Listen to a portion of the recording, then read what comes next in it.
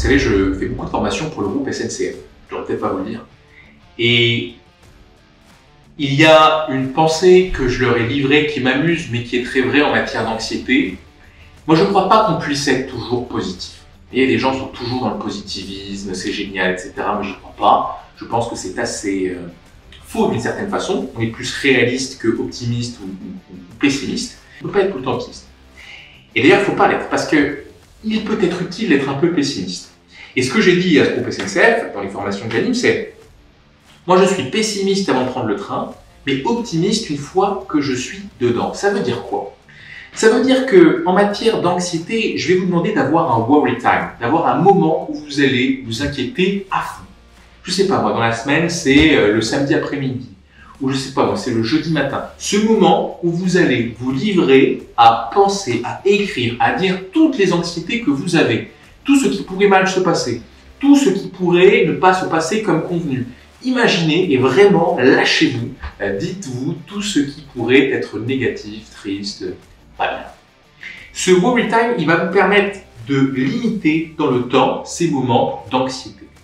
Et si vous les limitez, eh bien, à partir de là, vous pourrez vous dire qu'une fois que j'ai vécu ce moment, j'ai plus besoin d'être inquiet. Je n'ai plus le droit d'être inquiet parce que je dois limiter dans le temps l'anxiété.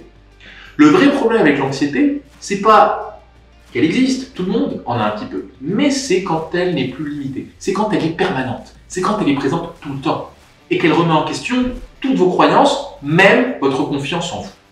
Donc vous devez vous consacrer des moments pendant lesquels vous vous livrez à toutes ces inquiétudes. Et même d'un point de vue efficacité professionnelle, dans la prise de parole et au-delà, l'anxiété va vous permettre d'anticiper ce qui pourrait mal se passer, et donc de mieux préparer, et donc de mieux structurer, et donc de mieux anticiper.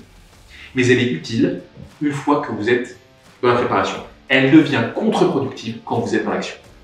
Distinguez bien ces temps où vous vous inquiétez, qui sont nécessaires, de ces temps où vous vous inquiétez qui ne le sont plus, qui deviennent de l'anxiété inutile.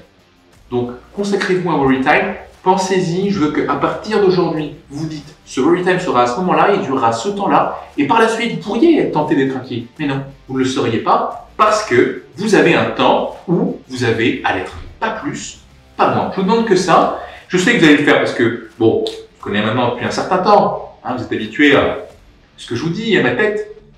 Donc, moi, je vous fais confiance. Et à partir d'aujourd'hui, vous consacrez ce moment à ce worry time. Je vous fais confiance, sachez que les meilleurs orateurs le font, sachez que je le fais également. Personne n'est parfait, mais en tout cas, je m'y essaie.